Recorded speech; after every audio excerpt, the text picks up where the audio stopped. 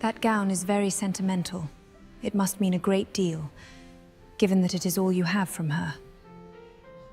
The wine hit the gown before Clara could move. Dark red, full glass, across the bodice and down the right sleeve of the only thing her mother had ever left her.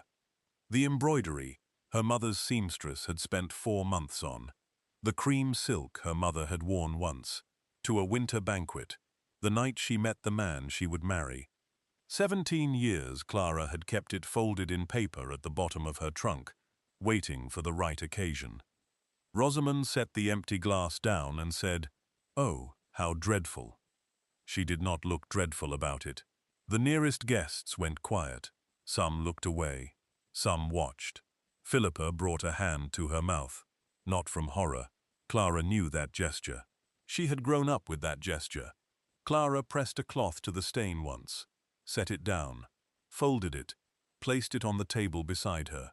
Then she picked up what remained of her own wine and stood exactly where she had been standing before. She did not cry. She did not raise her voice. 17 years in that house had taught her that both were useless. Before we continue, tell me where you are listening from tonight. Tell me what time it is there. I want to know who is sitting with this story right now, in which city, in which hour. Because the woman you just met spent 17 years being told she did not matter. I want her to know exactly how many people showed up for her tonight. What no one in that room knew, except one man standing 30 feet away in a dark coat, was that 3 weeks before this banquet, a document had been signed and filed with the court. A document that changed everything about who owned what, and who had the right to say so. Cecily Whitmore had been living in the wrong house for 13 years. She did not know it yet. This is not where the story ends. To understand where it ends, you have to go back to where it began. A Wednesday in February, a hand going cold, a parcel wrapped in cream paper, and a mother's last words. When the right occasion comes, you will know. She knew now. Clara was 6 years old the morning the doctor set his bag on the floor and did not pick it up again. She noticed the bag before she noticed anything else. It was leather, dark brown, with 2 brass clasps that caught the light when he carried it. Every time he came, he set it on the chair by the door, upright, ready. That morning, he set it on the floor beside his feet and left it there, and something in Clara's chest understood what that meant before her mind did. The curtains were already drawn. The room smelled of medicine and lavender water, and something underneath both that she would not have a name for until she was much older. Her mother lay very still against the white pillows. Her face had been going thin for weeks, the skin pulling close to the bone, the way candle wax pulls close to the wick near the end. Clara sat in the small chair by the window. Nobody told her to leave. Nobody told her to stay. She sat, and she watched her mother breathe, the small rise and fall of it, and she counted the breaths the way she counted things when she needed to feel that the world was still in order. Her mother's hand lay on top of the covers. Clara reached out and held it. It was still warm then. Lady Anne Whitmore had been ill since January, a fever that came on a Tuesday night and did not break. The first doctor said rest. The second doctor said the same thing in more expensive language. By the 3rd week, her father had stopped going to his study in the mornings and started sitting in the corridor outside the bedroom door instead, in a chair that the housekeeper, Mrs. Fenn, brought up from the drawing room without being asked. Clara understood, from the chair in the corridor, that something had changed in the order of the house. Her father was a man who had places to be. He had a desk covered in papers and a ledger he checked every morning, and men who came on Tuesdays to talk about the estate. The chair in the corridor meant all of that had stopped. The chair meant her father had decided that nothing else mattered until this was resolved. She loved him for the chair. She did not have the words for it then. She simply felt something warm and certain when she saw him sitting in it each morning, still in his day coat, sometimes with a book he had not opened. Mrs. Fenn kept Clara close during those weeks. Mrs. Fenn was a broad woman with grey hair pinned flat and hands that moved with the unhurried competence of someone who had been useful in difficult situations before and expected to be useful again. She gave Clara small tasks: folding, sorting, carrying things from one room to another. She understood, without saying so, that a child with idle hands in a frightened house will find something worse to do with them than fold linen. She told Clara stories in the evenings, not invented ones, real ones, from her own life, about places she had worked and people she had known, told plainly, without decoration, the way Clara would later understand all the best stories are told. Clara sat at the kitchen table and listened, and felt, for the duration of the stories, that the world was a place with enough room in it for things to be all right. She held on to that feeling carefully. Even then, at 6, she understood it was the kind of feeling that had to be held carefully. On the morning of the Wednesday, her mother asked for her.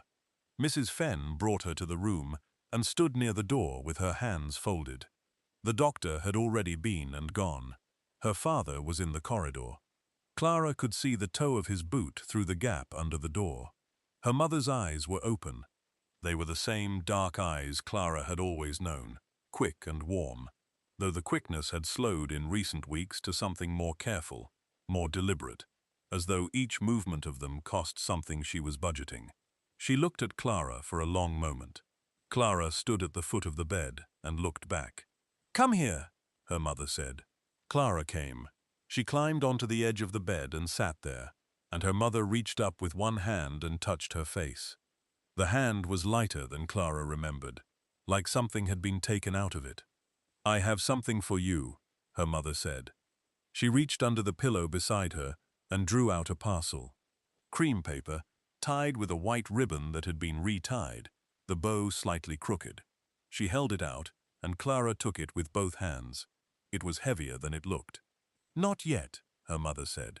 Her voice had been reduced to something thinner than Clara knew how to hear, the way a familiar piece of music sounds wrong when played too slowly. "When the right occasion comes, you will know." Clara looked at the parcel, then at her mother's face. "What is it?" she asked. Her mother smiled. It was the wide smile, the one that went wider than seemed possible, and for a moment she looked entirely like herself. "Something that lasts," she said, "like you." She died that afternoon.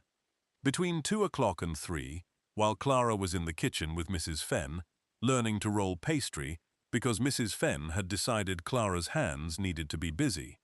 The rolling pin was heavy, and the dough kept pulling back from the edges, and Mrs. Fenn was explaining, patiently, that you had to work from the center outward, not the edges inward, when the kitchen door opened. Her father stood in the doorway. He was still in his day coat.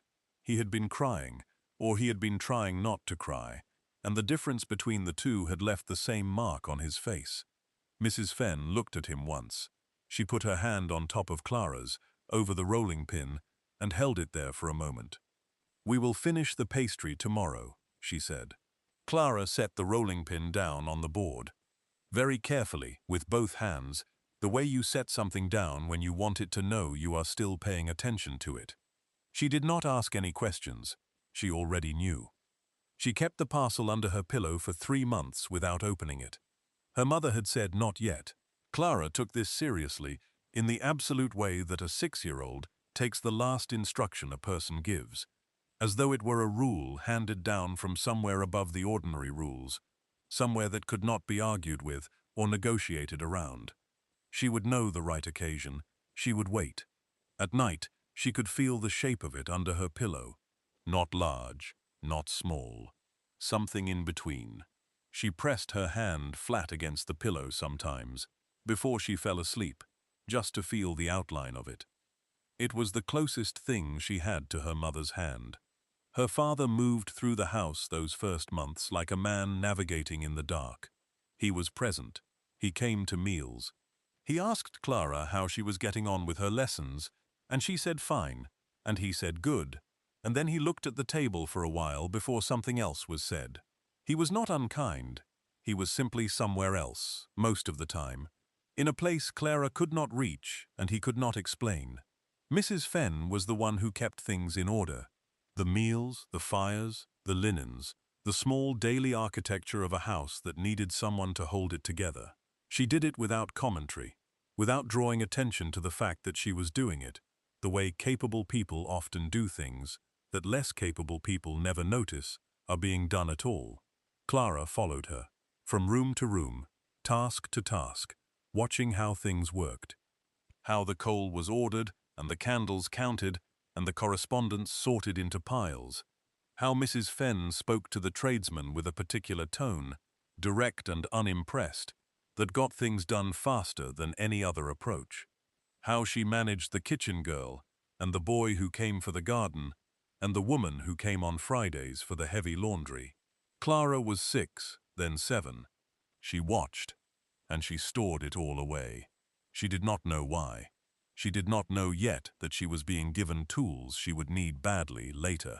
She simply found it interesting, the machinery of a house, the way each part depended on every other part, and she watched it, the way she watched everything she found interesting, with her full attention and without making a noise about it. The parcel stayed wrapped for 14 months. In the spring after her mother died, her father had the second-floor bedroom redecorated. He said he thought it was time. He said it with the careful neutrality of a man who means something he cannot say plainly. Clara moved to the small bedroom at the end of the corridor and carried the parcel with her, still in its cream paper, still tied with the white ribbon, and placed it at the bottom of the trunk her father had bought her for the move. She was 7.5. She had learned to make the bed herself because Mrs. Fenn had shown her, and she liked knowing how. She had learned to press her own dresses because it was something to do in the evenings, and she liked the orderly smell of the warm iron. She had learned to read faster than the governess expected, and had quietly finished all the books in the governess's collection, and was now working through the ones on the lower shelves of her father's library, the ones he had stopped reading. She was a child who filled silence with competence, the way other children fill it with noise. She did not know yet that this was unusual. She did not know yet that the world would find ways to use it against her. She was still, at 7, simply waiting. Cecily arrived on a Tuesday in March, 14 months after the funeral. The ground was still cold, but the light had begun to change. That particular shift in late winter, when the afternoons stretch out by 10 minutes a day, and you start to believe, cautiously, that something is going to be different soon. Clara was in the front garden when the carriage came.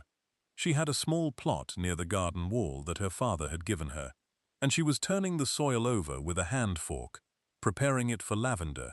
Her mother had grown lavender along this same wall. The smell of it was one of the things she had decided, deliberately, to hold on to. She heard the wheels on the gravel before she saw the carriage. She sat back on her heels and watched it come through the gate. 2 girls stepped down first. The elder one moved with her chin up, taking the measure of the house in a single sweep. The younger one came down and immediately looked at the garden, at Clara, and then looked away with the pointed disinterest of someone who has decided in advance that what she is seeing is beneath her attention. Then Cecily descended. She was handsome, not softly handsome, the handsome of someone who has worked at it and knows what the work has produced. Dark hair dressed with precision, a traveling coat that had not been bought locally. She moved across the gravel without hurrying, the way people move when they have already decided the thing they are arriving to belongs to them. She looked at Clara, kneeling in the dirt beside the lavender bed. "You must be Clara," she said. Her voice was warm. Her eyes finished their assessment before the warmth had completed its sentence. "Yes," Clara said. "What a lovely garden," Cecily said.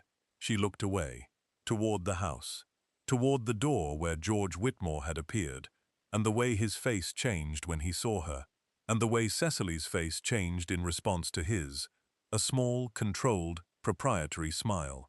That was the whole of their first conversation. Clara would think about it later, much later, and understand that she had been told everything she needed to know in those 6 seconds. The warmth that arrived before the assessment, The eyes that finished before the warmth did. The looking away, quick and complete, once the useful information had been gathered. Cecily Whitmore had come to see what she was getting. She had seen it. She moved on. Clara looked at her lavender bed. She picked up the hand fork. She went back to turning the soil. She was 7 years old, and something in her chest had gone careful and quiet, in a way it had not been before, and she did not yet have the words for what she was being careful about. But she was already being careful. The first week, Cecily called her dear. She said it the way people say words they are learning the weight of. Come along, dear. How are your lessons, dear? You must show Philippa the garden, dear. It landed lightly, without warmth behind it, like a coin placed on a table rather than pressed into a hand. Philippa and Rosamond moved through the house the way all newcomers move, claiming space through occupation, without any awareness that claiming is what they are doing. Rosamond sat in the chair by the parlor window that had been Clara's chair since she was 4. Philippa took the window seat on the upper landing where Clara read on Sunday afternoons. Neither of them looked at Clara when they took these things. They simply went where there was room and stayed there. Clara found other places. She was quick at finding other places. By the 3rd week, Cecily no longer said dear. She said the child when speaking to the new kitchen girl. She said George's girl when visitors came and introductions were being made. When she needed to address Clara directly, she used her name, clipped and functional, the way you use a tool you have no particular feeling about. Clara noticed each shift the way she noticed all things, completely, and without saying anything about it to anyone. Her father noticed nothing, or he noticed and decided that peace was worth more than intervention, which was a decision that would cost Clara the next 16 years of her life, though he would not have described it that way. He would have said he was letting the household settle. He would have said these things took time. Mrs. Fenn noticed. Clara could tell from the way she sometimes looked at her across the kitchen, a long, level look with something held carefully behind it. Mrs. Fenn had worked in this house for 11 years. She knew what different arrangements looked like from where she stood. She had seen this particular one before. She did not say anything about it to Clara. She gave her larger portions at supper. She taught her to make biscuits and shortbread and a plain sponge that could be made from whatever was in the kitchen at any given moment. She told Clara that a person who can make something from very little is never entirely without resources. Clara was 7. She stored every word. The bedroom moved when she was 8. Rosamond wanted a larger room. She said so to her mother at breakfast on a Thursday in October, with the straightforward expectation of a child who has never been told that wanting something and receiving it are separate events. Cecily heard her, looked at George, said she thought the room at the end of the 2nd-floor corridor was generous, and the light was good, and that perhaps an adjustment could be made. George Whitmore said he supposed that would be fine. Nobody explained it to Clara. She came upstairs after supper and found her trunk already in the new room, the small one above the kitchen, her bed made by someone else, her curtains taken down because the new curtains Cecily had ordered had not yet arrived. The ceiling sloped on one side. In winter, the window frame let in a thread of cold air that no amount of cloth stuffed along the sill entirely stopped. The room smelled of old wood and the particular damp of a space that nobody has thought about in years. She stood in the middle of it for a moment, just stood there, taking it in. Then she found a nail in the skirting board and hung the small watercolor of the garden, the one her mother had painted, the lavender plot near the wall with the light coming from the left side, the way it came in the late afternoon. She arranged her 3 books on the windowsill in the order she planned to read them. She moved the trunk so it sat at the foot of the bed, where she could reach it easily in the morning. She made the room hers, with what she had, the way her mother had said she was made to do things. At the bottom of the trunk, in its cream paper, still tied with the same ribbon, the parcel waited. Mrs. Fenn left when Clara was 11. Cecily had been building the case for 6 months. A tablecloth poorly pressed. A supper served 4 minutes later than required. dust on the drawing-room mantelpiece, which Mrs. Fenn disputed quietly, and which Cecily had already mentioned to 2 visitors before the dispute was raised. These were not large things. They were not meant to be. They were the kind of small, persistent complaints that are designed not to be argued with individually, because individually they are almost nothing, and it is only when you lay them all out in a row that you can see what they are. Mrs. Fenn came to find Clara on her last morning. Clara was in the kitchen garden, cutting herbs. This had become one of her tasks over the past year, in the quiet redistribution of work that Cecily had been conducting since she arrived, moving things toward Clara so gradually that each individual movement seemed almost reasonable. Clara now kept the herb garden. She also kept the front steps swept, and the flower arrangements in the parlor fresh, and the small household accounts that the kitchen girl was too young to manage reliably. Mrs. Fenn stood at the garden gate and looked at her. Then she came in and stood beside her and said, "You are going to be all right." Clara heard her mother's voice underneath it. She said nothing. "You are sensible," Mrs. Fenn said, "and you are kind. Those 2 things together will carry you further than anything else I know of." A pause. She was looking at the herbs, not at Clara. "Do not let them make you less kind. They will try." She left before Clara could find an answer. The new housekeeper did not know Clara's name for the first 3 months. She called her the other young lady when speaking to the kitchen staff and Miss, when she needed to address her directly, and she treated her with the neutral efficiency of someone who had been told, in clear terms, what mattered in this household, and had understood from the telling what did not. Clara was 11 years old. She stood in the kitchen garden after Mrs. Fenn's carriage had gone down the drive, and she looked at the herbs she was cutting, and she thought, carefully and without any particular feeling, that she was going to have to manage this herself from now on. She went back to cutting. She had her mother's hands, long-fingered, steady, the kind of hands that do not tremble at things they have already decided to endure. She would need them. By the time Clara was 13, she managed the linen inventory. It had begun as a single request. Cecily had come to find her in the morning room on a Tuesday afternoon, which was unusual enough that Clara set down her book before she was asked to. Cecily stood in the doorway with the particular posture she used when she had already decided something and was presenting it as a suggestion. "You have such an eye for order," she said. "It would be a help if you kept track of the household linens. Nothing complicated, just a record of what goes out and what comes back." Clara said she would be happy to help. Cecily smiled. It was the smile that lived on the surface of her face, the one that did not involve her eyes in any meaningful way. "I knew you would say that," she said. "You are so capable, Clara. Really." She left. Clara sat for a moment, looking at the empty doorway. Then she picked up her book again. She did not finish it. She was thinking about the word capable, how it had been offered as a compliment and received as something else, how it had the sound of a door opening, and she was not certain yet what was on the other side of it.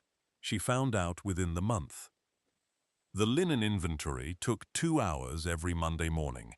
Every sheet, every pillowcase, every towel and tablecloth and napkin in the house, counted and recorded and checked against the previous week's record. What had gone to the laundress? What had come back? What was wearing thin at the edges and needed to be turned or replaced? Clara kept a ledger for it, small and neatly ruled, that she bought herself from the stationer in town with the coins she had saved from her quarterly allowance. The allowance was small. Her father had set it when she was 10, a modest sum for personal use, and it had not been reviewed since. Philippa's allowance was 3 times the size. Rosamond's was slightly less than Philippa's. Clara knew these numbers because the household accounts passed through her hands by the time she was 14, and numbers, once seen, do not unremember themselves. The accounts came next, after the linens. Cecily presented this one differently. She said she had such confidence in Clara's arithmetic. She said the kitchen accounts had been giving her a headache. that the kitchen girl could not be trusted to add correctly, that it would be such a relief to have someone sensible looking at the figures. She said this while Clara was already sitting at the morning room desk with a pen in her hand, which Clara recognized, later, as a particular kind of efficiency on Cecily's part. No new decision needed to be made. The tools were already present. The task simply arrived into them. Clara kept the kitchen accounts, then the coal accounts, then the accounts for the tradesmen who came monthly, the butcher and the grocer, and the man who supplied the candles.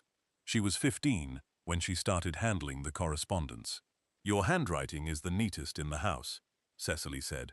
"It would make such a difference to the household's presentation if you managed the letters to the tradesmen.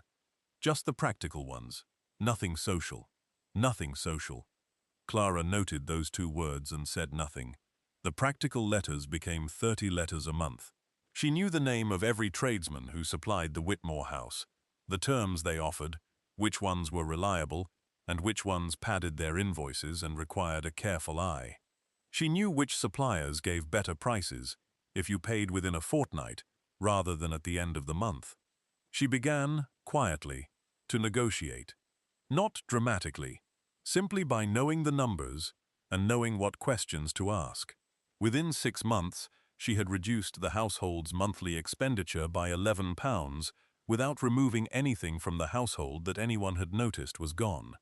She did not tell Cecily. Cecily did not ask. The money simply appeared in the accounts as a surplus, and Cecily used it without remarking on it, and the next month Clara did the same again. She was 16 years old. She managed the linens and the accounts and the tradesman correspondence and the kitchen garden and the flower arrangements in the parlor. She rose at 5:30 every morning.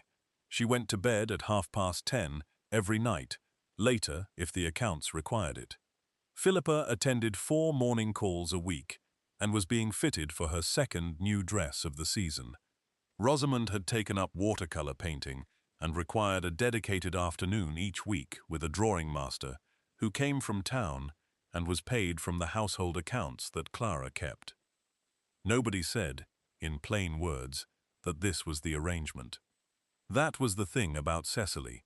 She did not announce. She did not instruct. She simply created the conditions in which certain things became natural, and then allowed nature to take its course. Clara's increasing labor was never named as labor. It was always named as capability, as helpfulness, as the natural expression of a sensible girl making herself useful. If Clara had complained, there would have been nothing to point to. No single moment, no single demand. Only a long series of small requests, each of them reasonable in isolation, each of them building on the one before, until the shape of her days had been entirely remade without anyone having appeared to touch them. She understood this. She was not confused about what was happening. She was 16, not 6.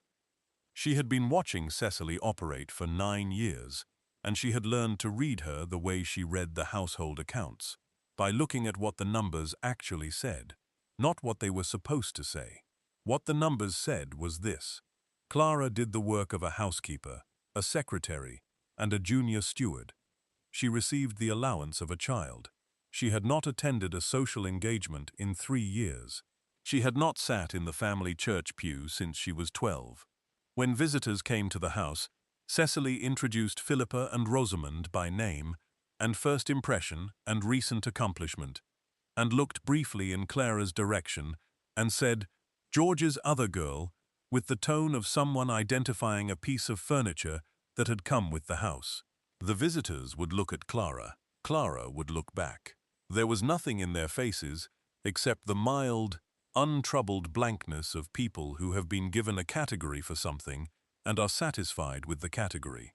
She was George's other girl. She could see them filing it away and moving on. She moved on too. Back to the accounts. Back to the letters. Back to the kitchen garden in the early morning, when the light came over the wall at a low angle, and the ground smelled of cold earth. And something was always growing, or about to grow, depending on the season. She found things to hold on to. She always had. Her father's health began to fail when she was 17. It announced itself quietly, the way his grief had announced itself, through absence rather than presence. A cough that arrived in October and was still there in January. A preference for his chair by the fire that became a preference for his room. A sharpness in his face that Clara recognized as pain that was being managed rather than absent. She visited him every morning. She brought his tea herself, because she did not trust the kitchen girl to remember how he took it. 2 sugars and no milk. A preference so specific and so unchanged in 20 years that she felt something close to tenderness every time she measured the spoons. He called her, "my dear." Sometimes, in the mornings when he was not fully awake, he called her Anne. She did not correct him. She understood what it meant. He was talking to the person he most wanted in the room. She happened to be the one who came. They talked about small things, the garden, the weather, the book he was reading, which he held but rarely opened. He asked about her lessons, even though her lessons had ended 3 years ago, and she said fine, and he said good, and they sat together in the particular silence of 2 people who love each other and cannot find the passage between what they feel and what they know how to say. Cecily came at noon. She stayed for an hour, during which she told George about Philippa's prospects and Rosamond's drawing master and the social invitations that had arrived that week. And George listened with the patience of a man who has learned to listen to things he cannot change. And Cecily left with the smooth efficiency of someone who has discharged a duty. After she left, Clara's father sometimes looked at the door for a moment. Then he looked at his window. Then he fell asleep in his chair. Clara straightened the books on his side table, adjusted the blanket across his knees, took the teacup back to the kitchen. She was 17. She could see what was coming. She was already learning to carry it before it arrived. He died on a Thursday in November when she was 20. She had known it was coming for 3 years. Knowing did not make it arrive any differently. He went quietly, in his sleep, between the last check of the evening and the first light of the morning. Mrs. Hartley, who had replaced Mrs. Fenn and her replacement both, found him when she brought the morning tea. Clara was in the kitchen when she heard. She was already dressed. She had already been downstairs for 40 minutes, going through the week's tradesman invoices before the household woke. She heard Mrs. Hartley's voice in the corridor above, and then the particular quality of silence that followed it, and she put down the invoice she was holding and sat very still for a moment. Then she stood up. She washed her hands at the kitchen basin. She dried them on the cloth beside the basin. She went upstairs. She sat with him for an hour before anyone else came. She did not cry, there in the room. She cried later, alone in the attic room, sitting on the edge of her bed with the door closed and the window cracked, so that the cold air came in and she had something to concentrate on other than the grief itself. She cried, with the focused, private efficiency of someone who has learned that grief, like everything else, is something that has to be managed in the time available. Cecily cried in the parlor, where visitors could see, for the entire first week. The will was read on a Friday. Cecily's solicitor, a man named Price, who had the smooth, uninflected manner of someone long accustomed to delivering information that other people found upsetting, sat at the dining room table with the document in front of him and read it without any particular expression. The house and the primary income of the estate went to Cecily for her lifetime. A small annual sum was to be held in trust for Clara, accessible when she married or when she turned 30. Everything else, the investments, the secondary properties, the accumulated savings of George Whitmore's careful decades, went to the estate in Cecily's management. Price was Cecily's cousin. Clara had known this since she was 14. She had not known, until now, what it meant in practice. She sat at the far end of the table and listened to the document being read, and kept her hands flat on her knees and her face at the temperature she had learned to keep it at over the past 13 years. Neutral, present, giving nothing away. When Price finished, Cecily looked across the table at Clara with an expression that was almost kind. The kind of kindness that arrives after a decision has been made, when generosity costs nothing. "You will always have a home here, of course," she said. Clara looked at her. The house she had grown up in, her mother's house. The house with the lavender bed near the garden wall, and the watercolor on the attic room nail, and the writing desk her mother had used every morning for the 11 years of her marriage. A home here. Of course. "Thank you," Clara said. Her voice came out exactly as she intended it. Level, quiet, carrying nothing extra. She stood up, excused herself, and went to the kitchen to start the lunch accounts. The figures were due by noon, and nobody else was going to do them. She was 20 years old, and she owned nothing in the house she had been born in. In the years that followed, the arrangement that had been building since she was 13 formalized itself without ceremony. Cecily now managed the estate formally, which meant she made decisions. Clara now managed the estate practically, which meant she executed them. The distinction was clear to everyone who did not examine it, which was everyone. The tradesmen knew her name. They dealt with her as a matter of course, sent their invoices to her attention, resolved disputes through her, trusted her word on matters of account because she had never once given them reason not to. They did not know she had no official standing in the house. They simply knew that she was the person who got things done. The solicitors knew her handwriting. She had been managing the correspondence long enough that her signature on a household letter was recognized by every firm they dealt with. Price was the only one who dealt directly with Cecily, and even Price sent his routine inquiries to Clara's attention first. She had built, quietly and without intending to build it, a position that had no name and carried no recognition, and paid her nothing beyond the small trust sum that trickled in quarterly.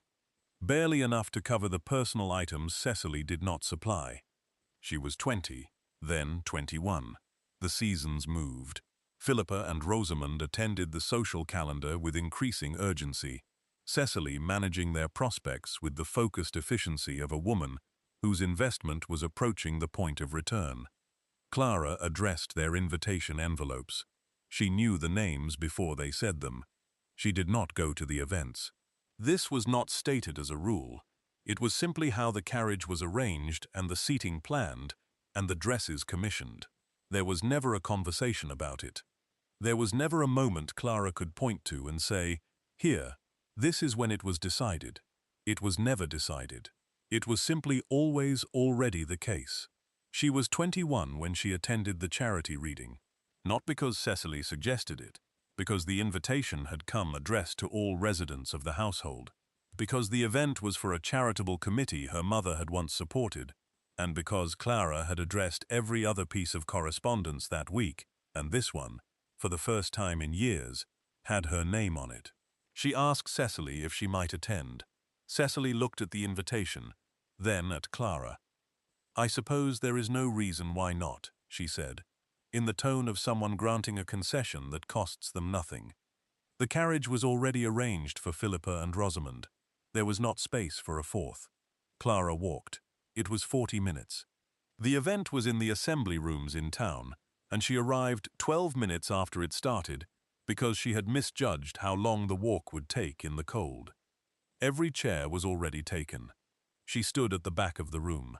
She found a printed program on a table near the door and read it with the focused attention of someone making the most of the only interesting hour they had been given all week. She did not notice, from where she stood, that a man near the front of the room had turned and found her in 11 seconds and was looking at her with an expression that no one near him could interpret, because it was the kind of expression that does not perform itself for an audience. She had never seen the Duke of Renmore before. She would not know, for some time yet, that he had already seen her. Edmund Calloway did not, as a rule, look twice at anything. This was not arrogance. It was the particular economy of a man who had learned early that attention was a resource with a finite supply, and that the world would consume all of it if you let it. He looked once, assessed completely, filed the result, and moved on. It was the reason his solicitor could brief him on a complex legal matter in 4 minutes and be confident the briefing had landed. It was the reason his estate ran without requiring his daily intervention. It was the reason he could walk into any room in England, read it in 30 seconds, and know exactly which 3 people in it were worth speaking to. He looked at Clara Whitmore at the back of the charity reading, and he did not move on. He looked for 4 minutes. He was aware, at some point during the 4 minutes, that he was still looking. He was aware that this was unusual. He looked anyway. She was standing near the back wall with a printed program held in both hands, reading it with the kind of attention that people usually reserve for things they have been waiting a long time to read. She was not performing interest. She was simply interested. She turned a page. She read the second side. She went back to something on the first side and read it again. She did not look up once during the 4 minutes. She did not scan the room for people who might be watching her. She was entirely contained within what she was doing, in the specific way of someone who has learned that the interior world is more reliable than the exterior one and has made their peace with that. Edmund looked away when the speaker at the front called for attention. He looked at the speaker. He listened. He filed the information. He did not look at the back of the room again for the remainder of the event, but he knew, with a precision that irritated him slightly, exactly where she was standing. He did not speak to her. He had considered it, briefly, the way he considered most things, quickly, thoroughly, and without sentiment. She was standing alone. He could cross to the back of the room without drawing particular comment. He could find a reason. He did not find a reason that satisfied him. Or rather, he found too many, which amounted to the same problem. A man who needs too many reasons for a thing is a man who has already understood that the real reason is one he is not prepared to examine in public. He left when the event concluded. He walked to his carriage with Norris, who had spent the evening speaking to 3 men from the charitable committee, and had a summary of the relevant financial matters ready before they reached the door. Edmund listened. He responded. He made 2 decisions on the short walk across the cobblestones. He got into the carriage. Norris got in after him. They were 3 streets from the assembly rooms, when Edmund said, "There was a young woman standing at the back, near the door. Dark hair. She was reading the program." Norris said nothing. He had worked for Edmund for 19 years. He knew the difference between a statement and a question, and he knew what kind of thing each of them required.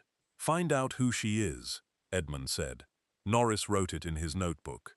"Any particular angle of inquiry?" "Whatever angle is available," Edmund said. Quietly. Norris wrote that down too. He did not look up from the notebook. His face was the face he used when he was making an entry in the internal ledger he kept under a heading he had not yet named. The summary arrived 9 days later. Norris placed it on Edmund's desk on a Tuesday morning, between the estate correspondence and the legal matter he was currently managing for a client in Derbyshire. It was a single page. Norris's handwriting was small and precise, the handwriting of a man who considers words to be units of measure rather than decoration. Edmund read it once. He sat back in his chair and looked at the window for a moment. The garden was grey, the particular grey of an English morning in early spring that cannot decide if it intends to improve. He looked at it without seeing it. He picked up the page and read it again. Clara Whitmore, 21, only child of Lady Anne Whitmore, deceased, and George Whitmore, deceased. Father remarried 14 months after the mother's death. Stepmother, Cecily Whitmore, née Price. 2 stepdaughters, Philippa, 23, and Rosamond, 20.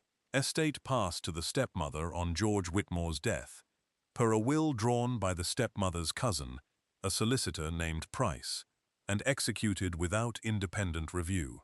Clara Whitmore's inheritance, a trust sum, modest, held until marriage or age 30. Access, none, until one of those conditions was met. Current situation, resident in the family home, no formal household position, no income beyond the trust. manages the household accounts, the tradesman correspondence, the linen inventory, and several additional domestic responsibilities that Norris had listed in a separate column with a brevity that nevertheless communicated something about what he thought of the arrangement. Edmund put the page down. He put it face down, which was something he almost never did with documents, and looked at the garden again. He was not a man given to anger. Anger was imprecise. It moved in the wrong directions and hit things it had not aimed at.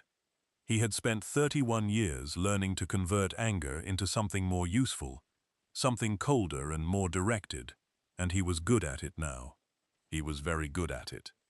What he felt, reading Norris's one page, was not anger. It was the thing that came before the conversion, the thing that had to be processed before the cold and the direction could arrive. He let it process. Then he picked up his pen. He wrote 2 instructions, both to Norris. The first, look further into the will, specifically into the terms of the original marriage settlement between George Whitmore and Lady Anne Whitmore. Norris would know what to look for. He always did. The second, find out what the family's social calendar looked like for the coming months. Any events, any engagements, any occasions at which the household would be publicly present. He sealed both and sent them before noon. Norris delivered his response within the week, as he always did. The marriage settlement was retrievable. It would take time. He had begun the inquiry. The social calendar of the Whitmore household, so far as could be established, was limited to the events attended by the stepmother and her daughters. Clara Whitmore's name did not appear on any invitation list he had been able to locate.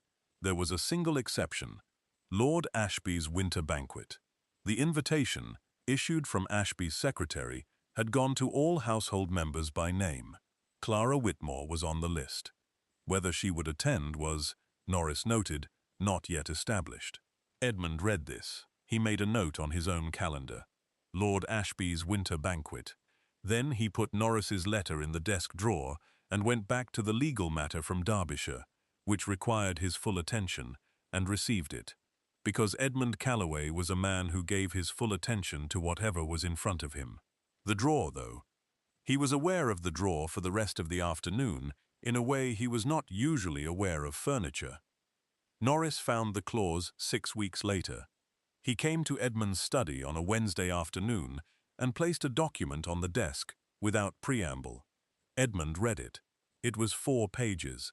The relevant section was on the 3rd page, 11 lines, written in the dense legal language of 30 years ago that nevertheless communicated its meaning with complete clarity once you knew what you were looking for. The Whitmore house. In the event of a surviving child from the first marriage, the property carried an entailment in that child's favor. Not an absolute entailment, a conditional one, tied to specific terms, but real, filed, legal, predating everything Cecily's cousin had written into George Whitmore's will by 27 years. The clause had not been included in the will. It had not been mentioned in the settlement review that Price had conducted before probate. Whether this was oversight or design was a question for a court, and courts were slow, and the answer would take time. Edmund looked at the document for a long time. Norris stood on the other side of the desk with his hands behind his back and said nothing. He had delivered documents of consequence before. He knew that the man across the desk did not need prompting. He needed space to think, and Norris had been providing that space for 19 years without making a noise about it. How long to bring this to a resolution? Edmund said. Through the courts, 2 to 3 years, Norris said.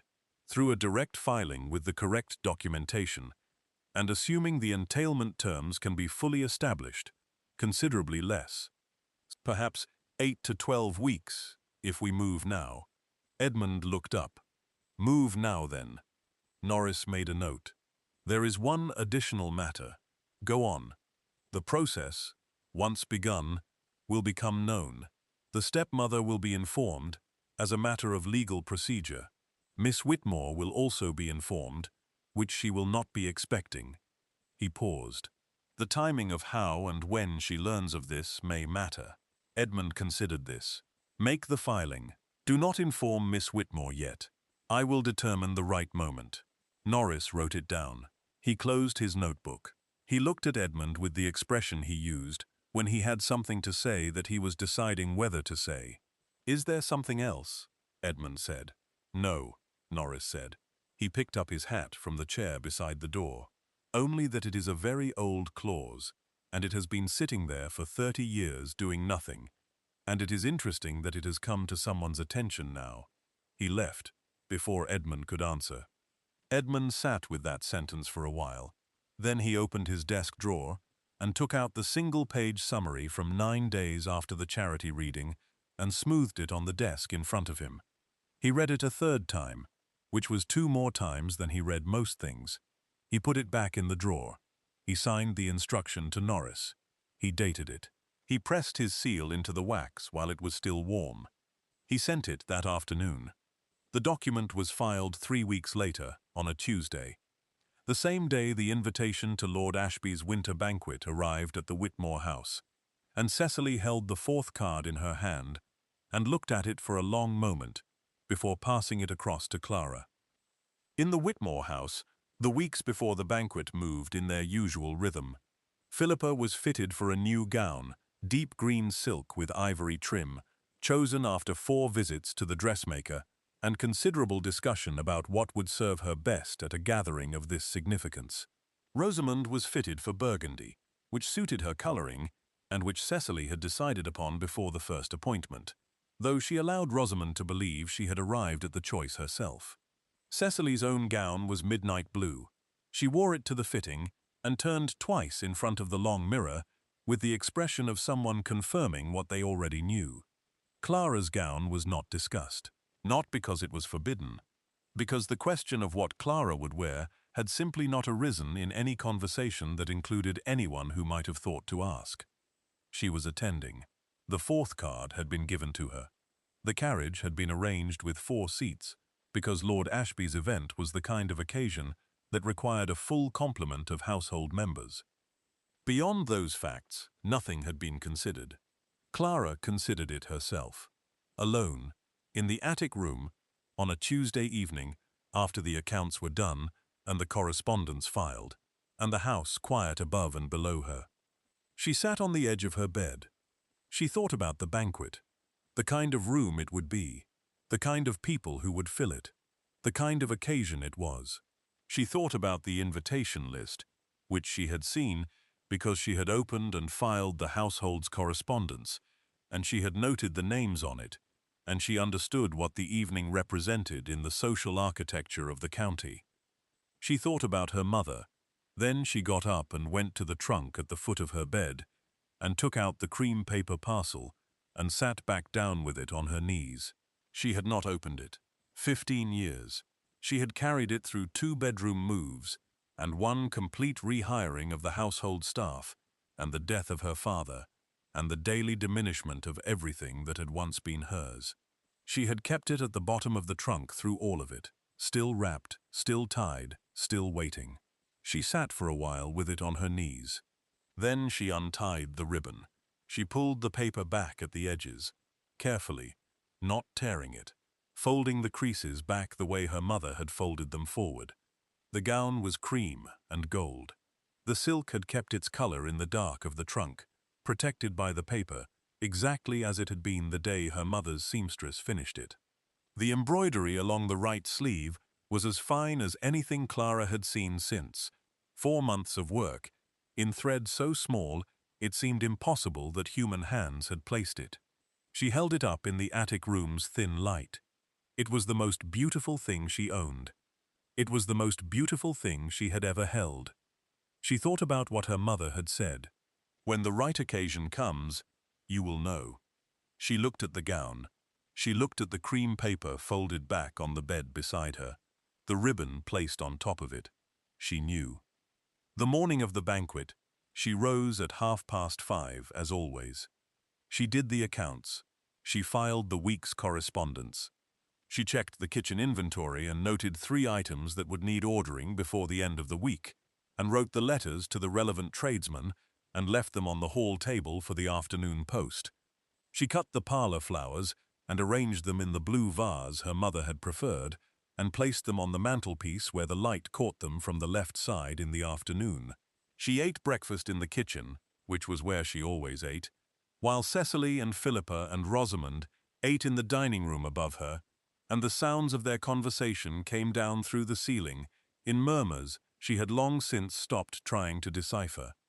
She washed the household's accounts ledger and entered the week's final figures and ruled a clean line at the bottom of the column. Then she went upstairs to the attic room and closed the door and took the gown down from the hook where she had hung it the night before to let the last of the trunk's creases fall out. She dressed without a maid. She had been dressing without a maid since she was 9. Her hands were steady on the buttons. They were always steady. She looked at herself in the small mirror on the attic room wall. The mirror was old, the silver backing gone uneven at one corner, which gave the reflection a slight distortion on the left side. She had looked into this mirror every morning for 13 years. Tonight, it showed her something she had not seen in it before. She looked like her mother, not entirely, not in every feature, but in the way the gown sat, in the way the gold thread caught the candlelight from the single candle on the windowsill, in the way her face looked above the embroidered collar. She looked like the woman in the small portrait her father had kept above his study fireplace, the one Cecily had moved to the upstairs corridor after he died, the one Clara passed every morning on her way to the kitchen. She stood in front of the small mirror for a moment, just stood there. Then she picked up her gloves from the windowsill and went downstairs to wait for the carriage. Cecily saw the gown when Clara came into the hallway. She looked at it the way she looked at everything that required assessment, quickly, completely, and without any visible reaction that could be used against her. Then she looked at Clara's face. Then she looked away. She said nothing. Philippa said, "What a pretty gown. Where did you find it?" The word "find," placed precisely, carrying its weight so lightly you could almost miss it. "It was my mother's," Clara said. Philippa smiled. "How sentimental," she said. She turned back to the mirror by the door to make a final adjustment to her hair. Rosamond said nothing. She was looking at the gown with an expression Clara recognized. She had grown up with that expression too. It was the one Rosamond used when she had decided something and was working out the details. The carriage came. They got in. The 4 of them sat in the particular silence of people who share a roof, and very little else. And the wheels turned on the gravel, and then the road. And the house fell away behind them, and the night opened up ahead. Clara looked out the window. The fields were dark. The sky was the color of deep water, the way it gets in the late evening in the cold months, with the first stars beginning to appear at the edges where the last of the light had left. She thought about her mother, sitting in a carriage like this one, going to a winter banquet, wearing this same cream and gold, going toward a room where a man she had not yet met would look at her from across the floor and not look away. Clara looked at the dark fields. She did not know, sitting in that carriage with Cecily and Philippa and Rosamond, and the sound of the wheels on the road, that 3 weeks ago a document had been signed and filed with the court. She did not know that in the room she was traveling toward, a man in a dark coat was already present, already standing near the front of the room, already checking, out of a habit he had developed over the past 4 months, where the doors were. She did not know any of it.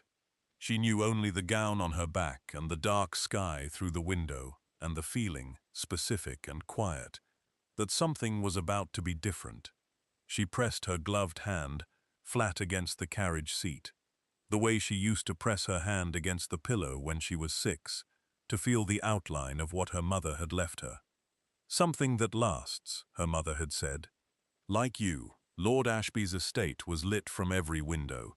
Clara saw it from the carriage road, half a mile before they arrived, the light coming through the glass in warm columns that fell across the gravel and the lawns and the bare winter trees on either side of the drive. 300 candles, she would later count, though she did not know the number yet. She knew only the quality of the light, the particular gold of it, the way it turned the whole front of the building into something that looked less like a house and more like a lantern set down in the dark by a hand too large to see. She had never been to anything like it. She had addressed the invitations to events like this for 6 years. She had filed the correspondence, managed the arrangements, sent the acceptance letters in her neat handwriting on behalf of a household that never thought to include her in what it was accepting. She knew the names of the guests who would be present tonight, the way she knew the names of the tradesmen who supplied the house. From a distance, through paper. The carriage stopped. A footman opened the door. Cecily descended first, then Philippa, then Rosamond. Clara came last, which was how it always went, the order so established that no one had to think about it. The gravel crunched under her shoes. The cold air hit her face. The light from the windows was warmer than it had looked from the road. She walked into Lord Ashby's banquet hall and stopped for just one moment inside the door. 300 candles, 300 guests. The ceiling was high enough that the warmth from the room below had not quite reached it, and it held the night's cold at its edges, like something kept in reserve. The floor was pale stone, worn smooth by decades of occasions like this one, and across it moved a world that Clara had spent 6 years filing away into envelopes and ledgers and neat columns of figures. She breathed in once. She walked forward. There was no seat for her at the family table. She discovered this without drama. She found the table, saw the 4 place cards, read the 3 names on them, understood what the missing 4th meant, and walked away before anyone nearby could watch her understand it. This was a skill she had developed over many years. The rapid, invisible processing of injustice. The departure before it could become a scene. She found a pillar near the east wall. It was a good pillar, wide enough to stand beside without appearing to hide behind it, close enough to the room's edge that she had a clear view of the floor without being at its center. She had always been good at finding positions from which she could see without being seen. 17 years of practice. She stood there and she looked at the room. The musicians were at the far end, 4 of them, playing something that moved underneath the conversation, the way a river moves under ice. She listened to it and felt, for the first time since the carriage had pulled away from the house, that she could breathe at the full depth of her lungs. The gown was warm, warmer than she expected. The silk held heat in a way her ordinary dresses did not, and the embroidery along the right sleeve caught the candlelight every time she shifted her weight, small flashes of gold that she noticed from the corner of her eye. She did not look at them directly.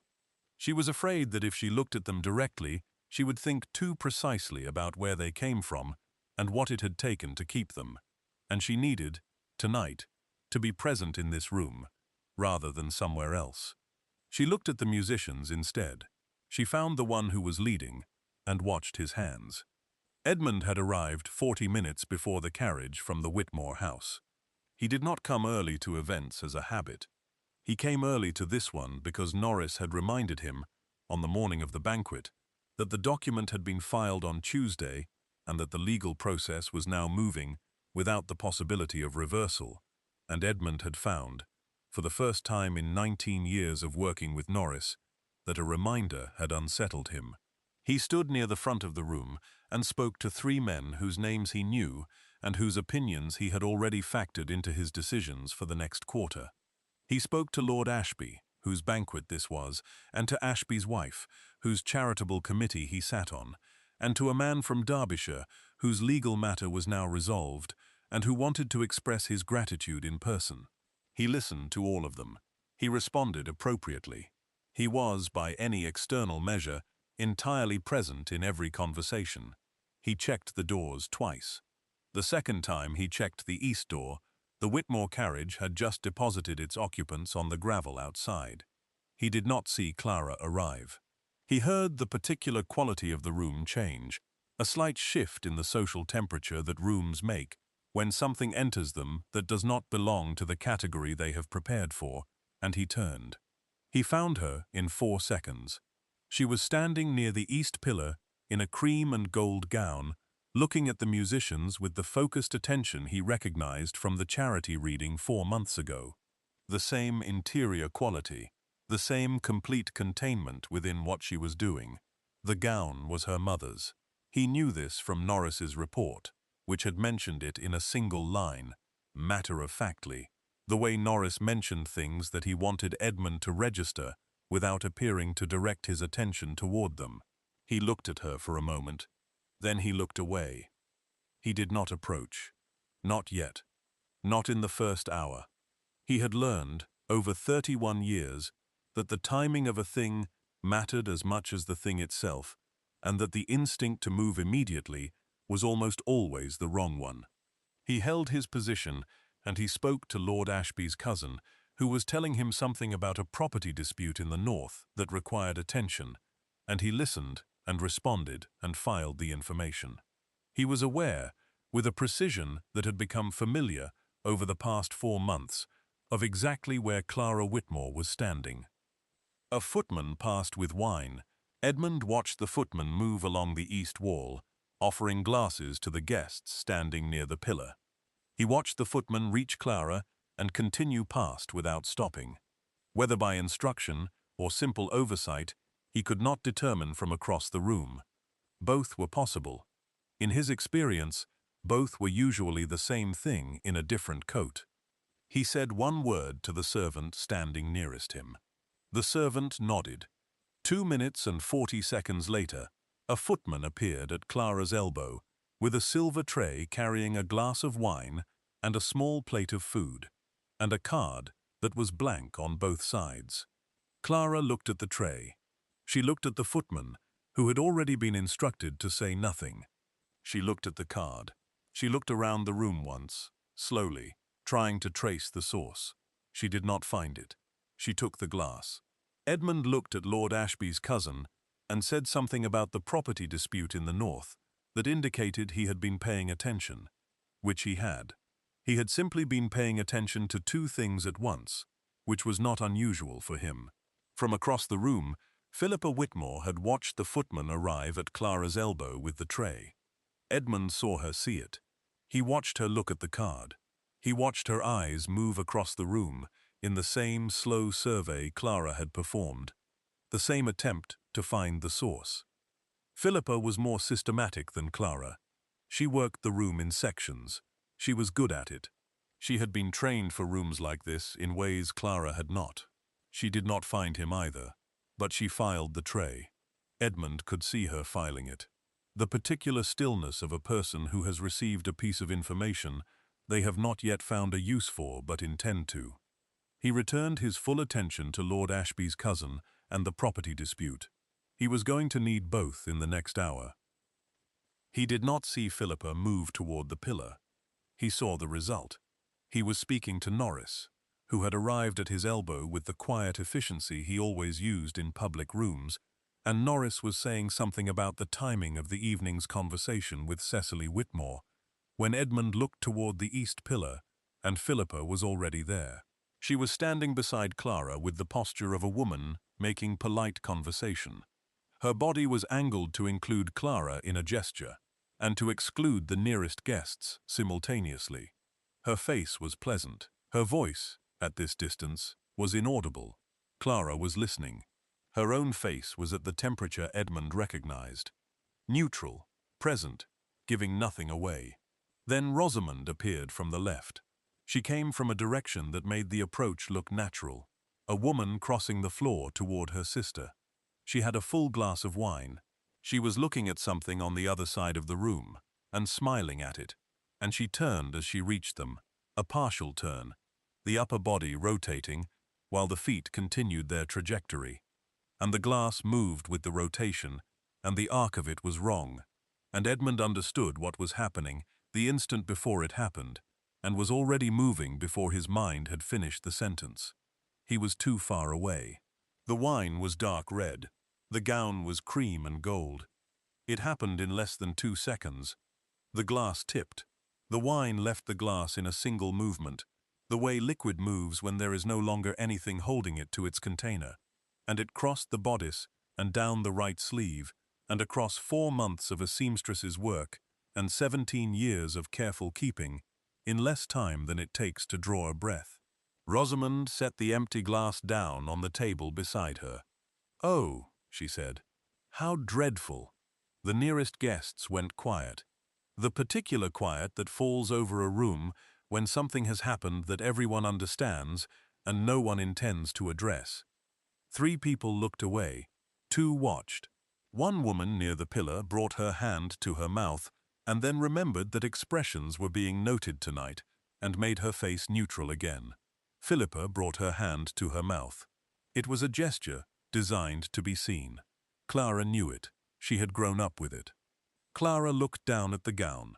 She looked at it for 3 seconds. Not longer. 3 seconds was what she allowed herself, standing in Lord Ashby's banquet hall with the wine still moving through the embroidery and the nearest guests watching to see what she would do. What she felt in those 3 seconds was not something she could have named in that room. It was large, and it was old, and it had the specific weight of something that has been pressed flat for a very long time. She felt it arrive, and she felt it fill her chest, and she felt it press against the inside of her ribs, and she did not let it out. She had spent 17 years learning not to let it out. She picked up the cloth. A footman was already extending toward her. She pressed it once to the stain, slowly, with both hands flat, the way you press a cloth to something when you are trying to limit the damage rather than remove it. She looked at the cloth. The stain had transferred in a pattern that told her, with the precise legibility of things that cannot be undone, that the gown was ruined beyond any recovery she could manage. She set the cloth down. She folded it with both hands, edges meeting edges. She placed it on the table beside Rosamond's empty glass. She picked up what remained of her own wine. She stood exactly where she had been standing before. She did not cry. She did not raise her voice. She did not look at Rosamond. She looked at the musicians at the far end of the room, and she found the one who was leading, and she watched his hands, and she breathed at the full depth of her lungs, and she stood there, in her mother's ruined gown, and she did not break. The nearest guests looked at her, and then looked at each other, and then looked away. They had expected something they had not received, and they did not know what to do with the absence of it. Rosamond had expected something too. Clara could see it in the slight shift of her expression, the readjustment, the thing that happens to a face when the reaction it planned for does not arrive. Edmund Calloway, standing 30 feet away, had gone completely still.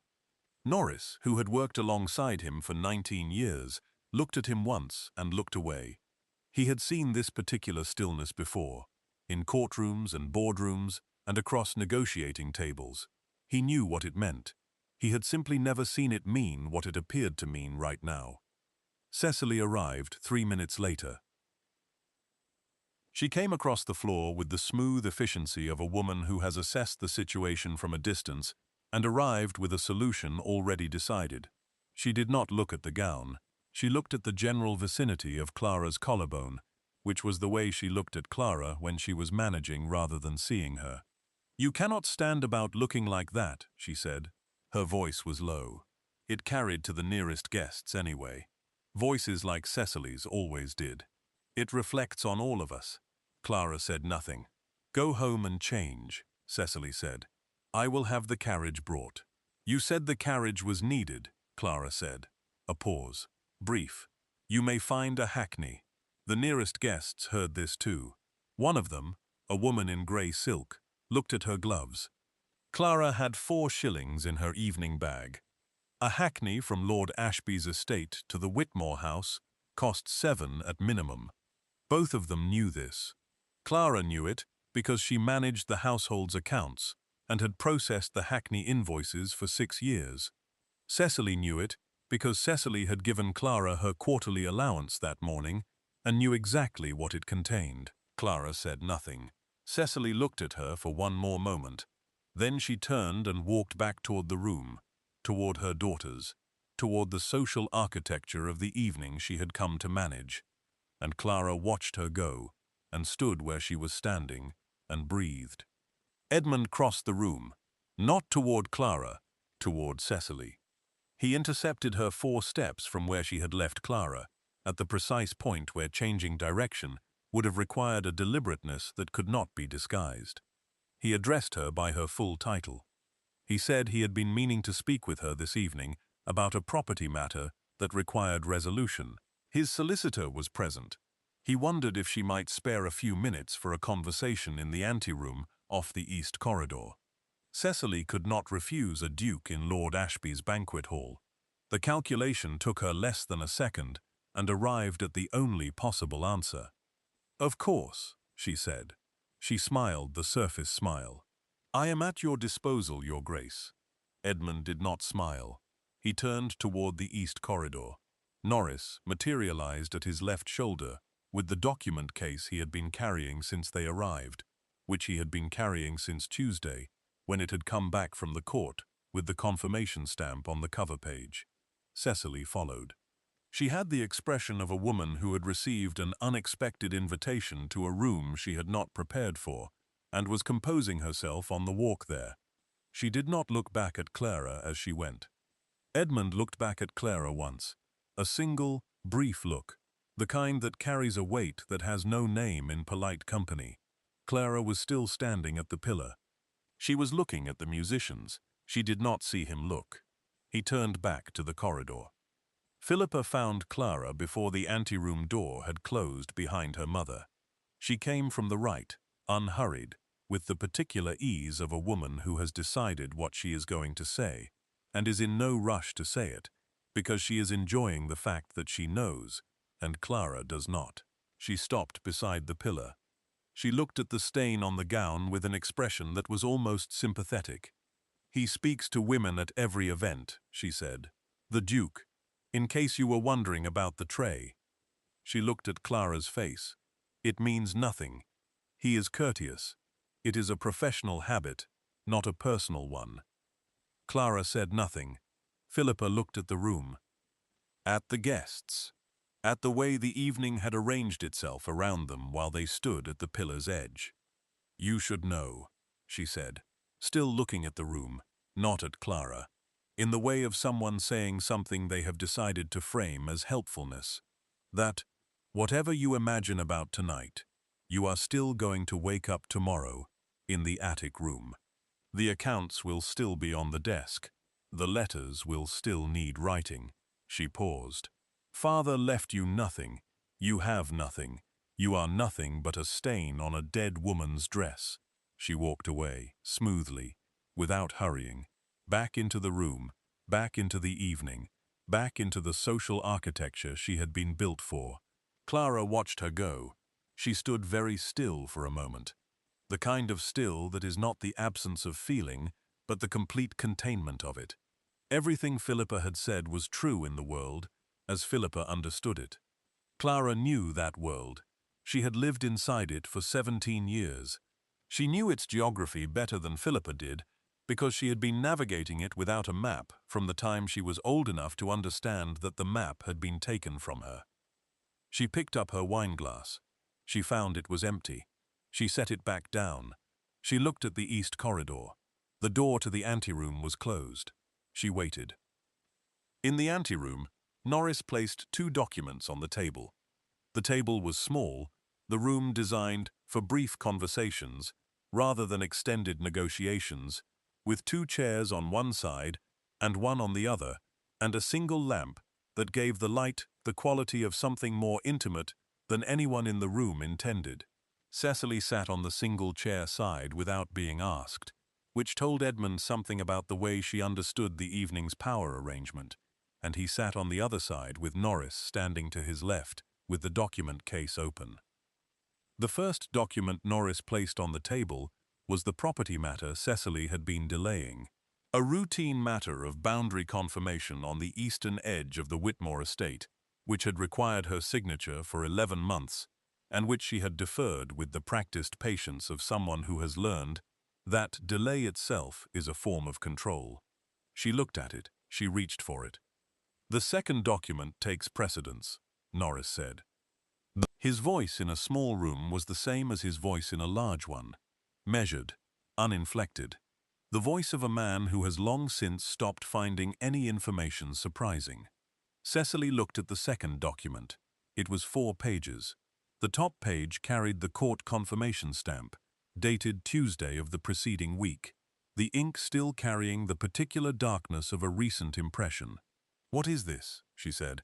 "I will read it," Norris said. "If that would assist."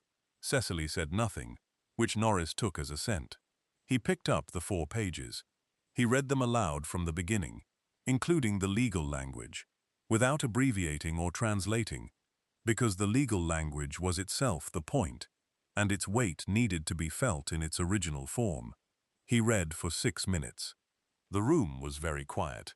The sound of the banquet came under the door as a distant, muffled warmth, the music and the conversation of 300 people who did not know what was being said in this small room off the east corridor.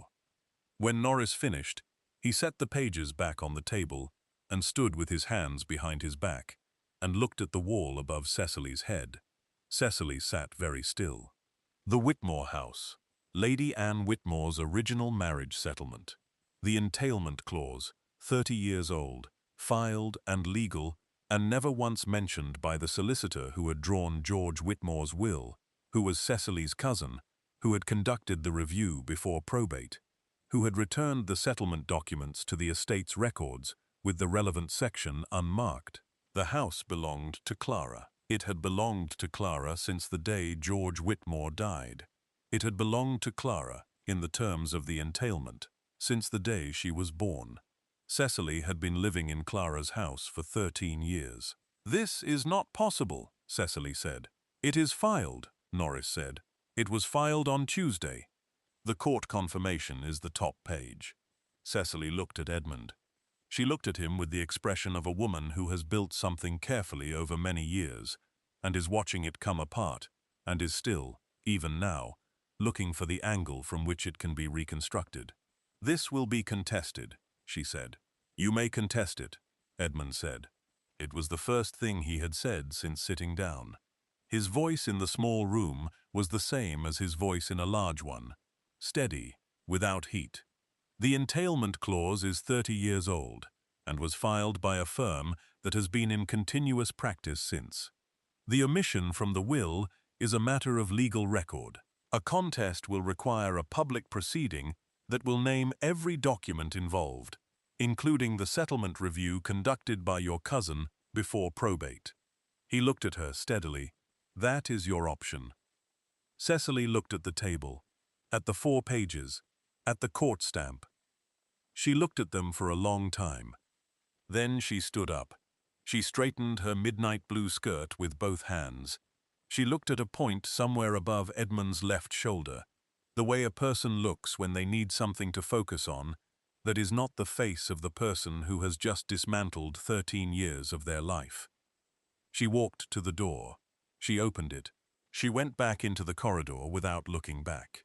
Norris waited until her footsteps had faded. Then he collected the documents from the table and placed them back in the document case with the care of someone handling things that have done their work and need to be preserved. "Shall I inform Miss Whitmore?" he said. "No," Edmund said. He stood. He adjusted his coat. "I will tell her." Norris looked at him with the expression he used when he had something to say that he had decided not to say. He picked up the document case. "The second document," he said, at the door, without turning around. "You signed it 3 weeks ago, before the banquet invitation had arrived at the Whitmore house." Edmund said nothing. "I mention it only because it is the kind of detail that is easy to omit," Norris said, "and which it might, at some point, be relevant to include." He left. Edmund stood in the empty anteroom for a moment. The lamp gave its intimate, insufficient light. From under the door came the distant warmth of the banquet, the music moving underneath everything, the way it had been moving all evening. He picked up his hat from the chair. He went back to the corridor. He walked toward the east wall. Clara was still at the pillar. He had not known, entirely, what he expected, but he had thought, perhaps, that the pillar would be empty. that she would have found somewhere else, or left, or done the thing that most people do when enough has happened in a single evening, retreated. She had not retreated. She was standing where he had last seen her, with her hands at her sides, and her eyes on the musicians, and she had the specific quality of a person who has decided that leaving would mean something she is not prepared for it to mean. He walked to her. He stopped beside the pillar. He stood there for a moment without speaking, looking at the room the way she was looking at it, and for a few seconds they simply occupied the same piece of floor in the same direction, which was its own kind of conversation. Then he said, "There is something you should know." She looked at him. Her face was at the temperature it had been all evening, neutral, present, but her eyes, at close distance, were doing something different from her face, the way eyes do when the face has been trained to behave and the eyes have not entirely received the instruction. "The house you grew up in," he said.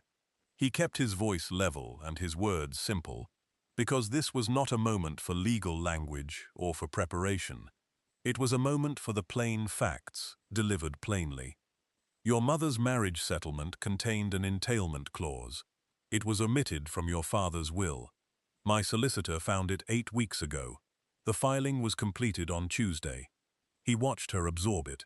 He watched the words land, one by one, in the order he had given them, and he watched her understand each one before the next arrived, the way a person with a very precise mind receives information that is changing the shape of the world. "The house is yours," he said. "It has been yours since your father died. The legal process is complete." Clara looked at him. She looked at him for a long moment, the way she had looked at the doctors who used words she already understood. She was not confused. He could see that she was not confused. She was very still in the way of something settling into the position it was always supposed to occupy. "You found this," she said. "My solicitor found it," he said. "I instructed him to look." "Why?" she said. Edmund looked at her. He thought about Norris's sentence in the anteroom doorway, the detail that is easy to omit, the kind it might be relevant to include. "I saw you at the charity reading," he said. "In February. You were standing at the back." Clara looked at him for another moment. Something moved through her face that was not an expression exactly, something underneath one. She looked at the room. At the east corridor, where the anteroom door was still closed. At the point across the floor, where Cecily had reappeared from the corridor 2 minutes ago, where Philippa and Rosamond had converged on her, where 3 women stood in a corner, with the particular stillness of people who have received information they do not yet know what to do with. Clara set her empty wineglass on the table beside the pillar. She straightened the right sleeve of the ruined gown. A small gesture, precise and unhurried, like a person adjusting something before they walk into a room, like a person deciding what they are about to do and making themselves ready for it. She walked across the floor. She walked across the floor of Lord Ashby's banquet hall, and the room did not stop for her. That was the thing she noticed first. 300 people and their conversations and their wine glasses and their careful social performances continued exactly as they had been continuing all evening. The musicians played. The candles burned. 2 men near the center of the floor laughed at something one of them had said. A woman in grey silk accepted a second glass from a passing footman and turned back to the person beside her without looking up. Nobody stopped. Nobody noticed. Veruca Whitmore was crossing a room, and the room did not know it mattered. It mattered. She had spent 17 years moving through spaces that did not register her presence. She had learned to read that invisibility, to use it, to find the information it contained, and store it somewhere useful. She had learned that a woman, no one is watching, can see everything. Tonight, she was done watching. She walked toward the corner where Cecily stood, with Philippa on her left and Rosamond on her right, the 3 of them arranged with the instinctive formation of people who have closed ranks around something they are not yet ready to name.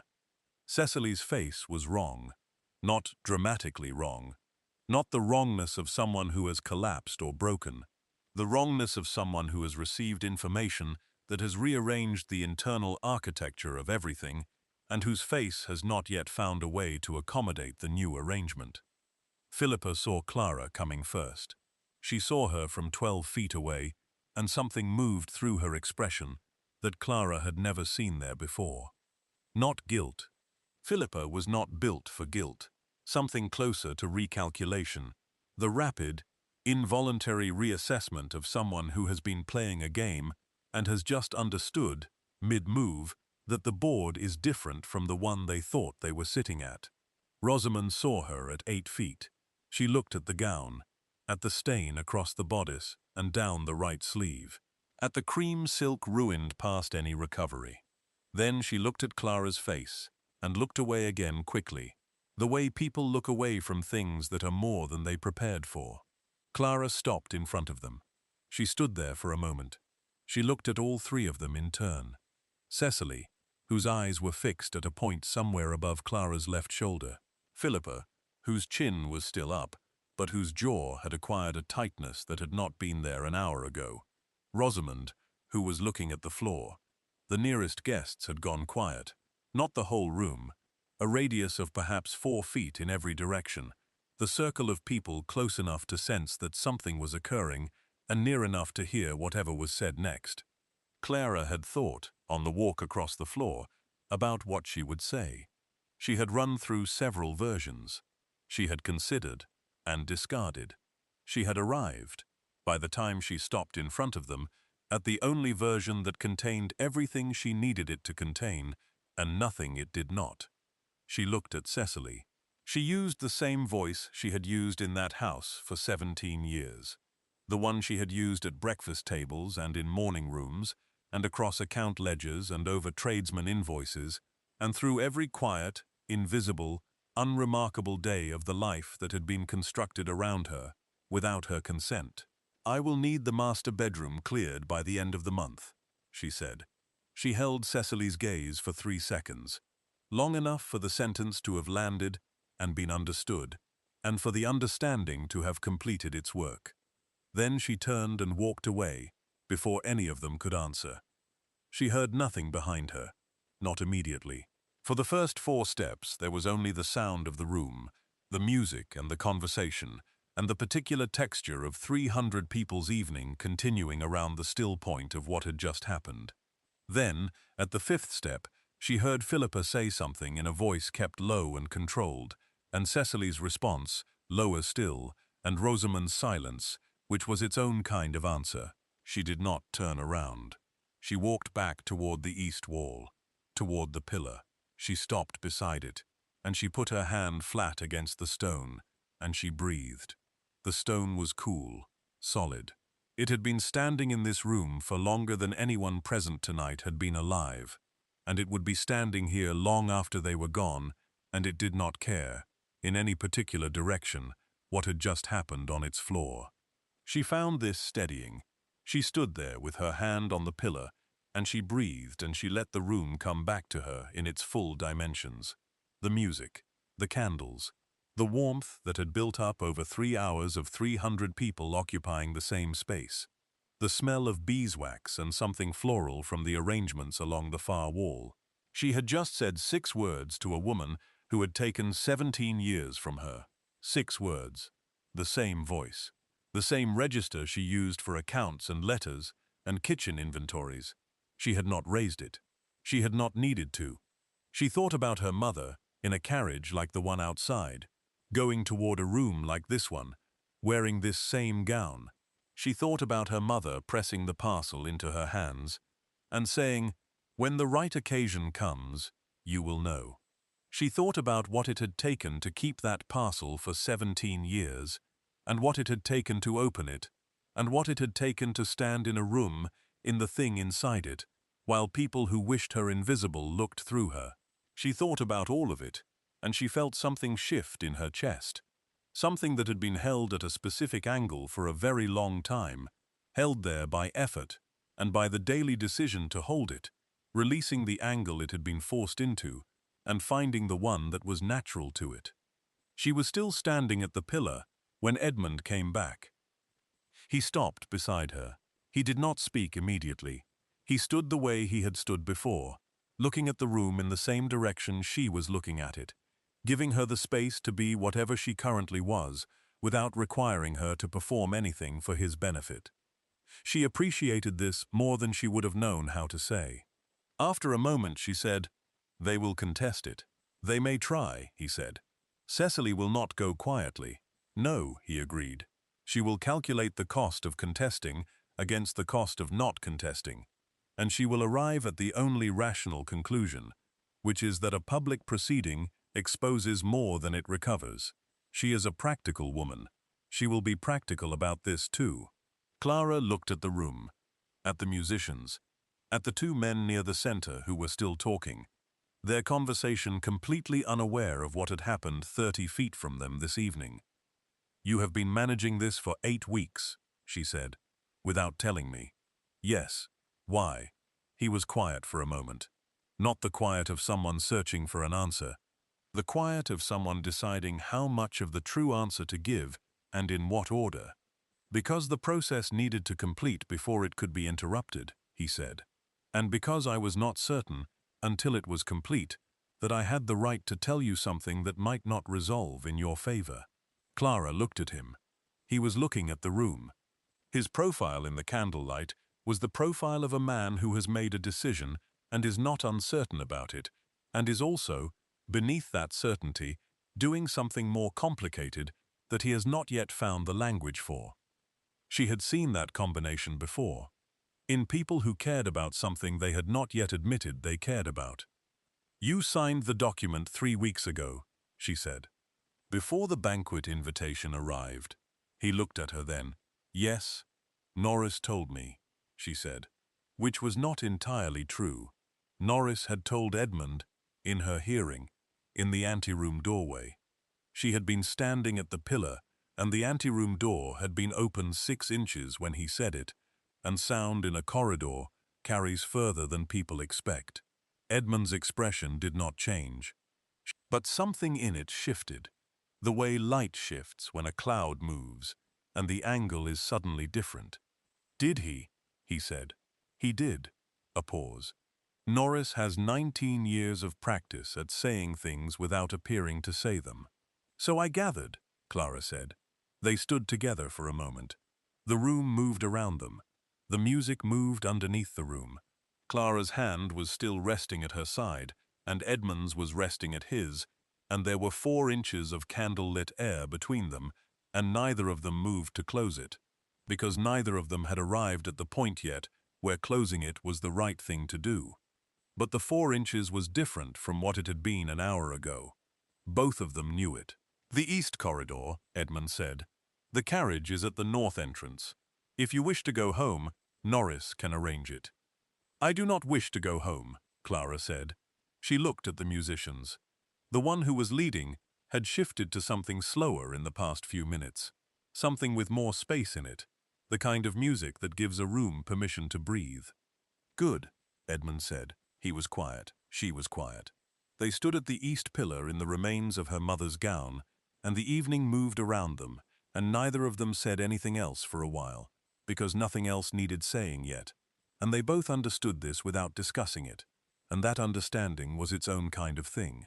It was not small. Cecily left Lord Ashby's banquet 40 minutes later. She left without announcing it, which was unusual. She was a woman who managed entrances and departures with the same precision she managed everything else, and an unannounced departure from a gathering of this significance would be noted and interpreted and discussed at morning calls for the better part of a fortnight. She knew this.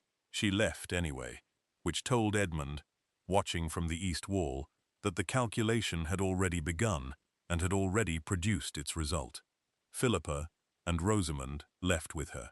Rosamond had not spoken to anyone in the last half hour. Philippa had spoken to 2 people with the fixed, mechanical brightness of someone keeping a performance alive on a stage that has already been struck behind them. They moved through the room toward the north entrance. They did not cross the east wall. Philippa looked toward the pillar once, as they passed the midpoint of the floor. Clara was not at the pillar anymore.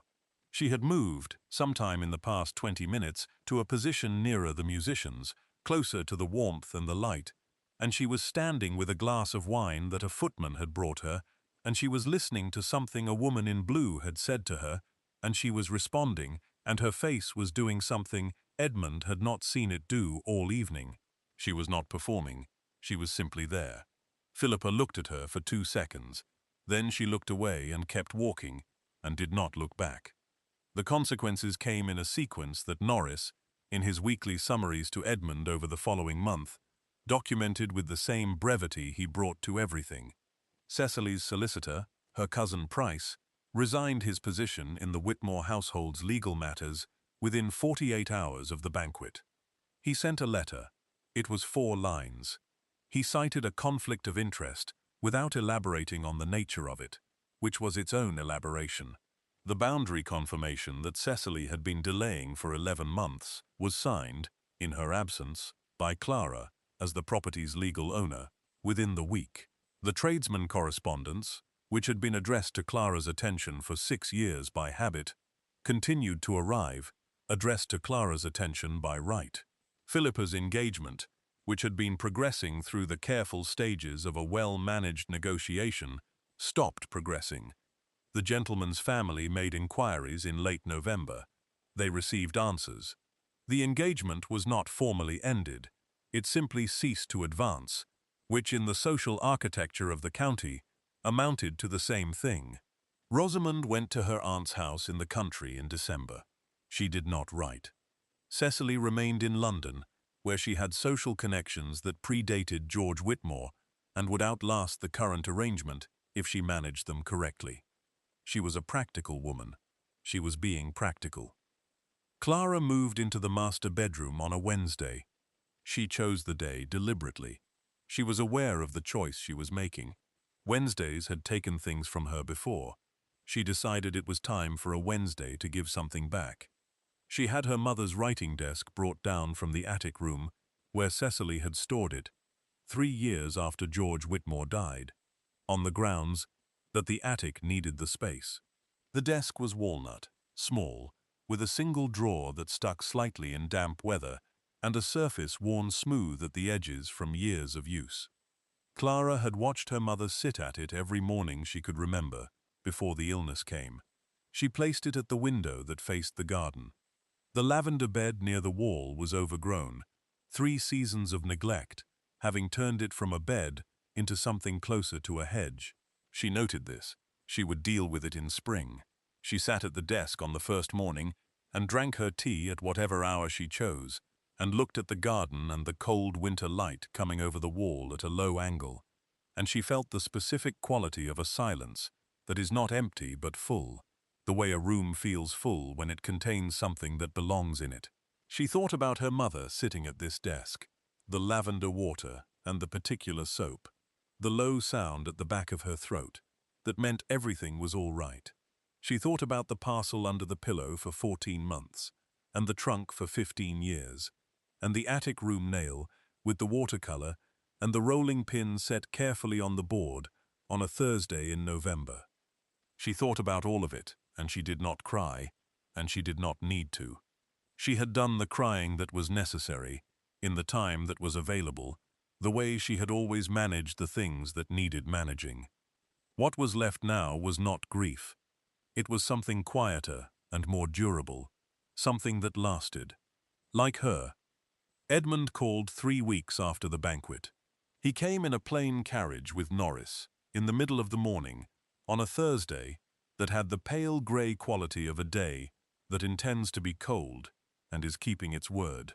He had a question about the East Wing's structural assessment, which was his responsibility under the terms of the entailment's repair clause, and which was a real question about a real problem that genuinely required his attention.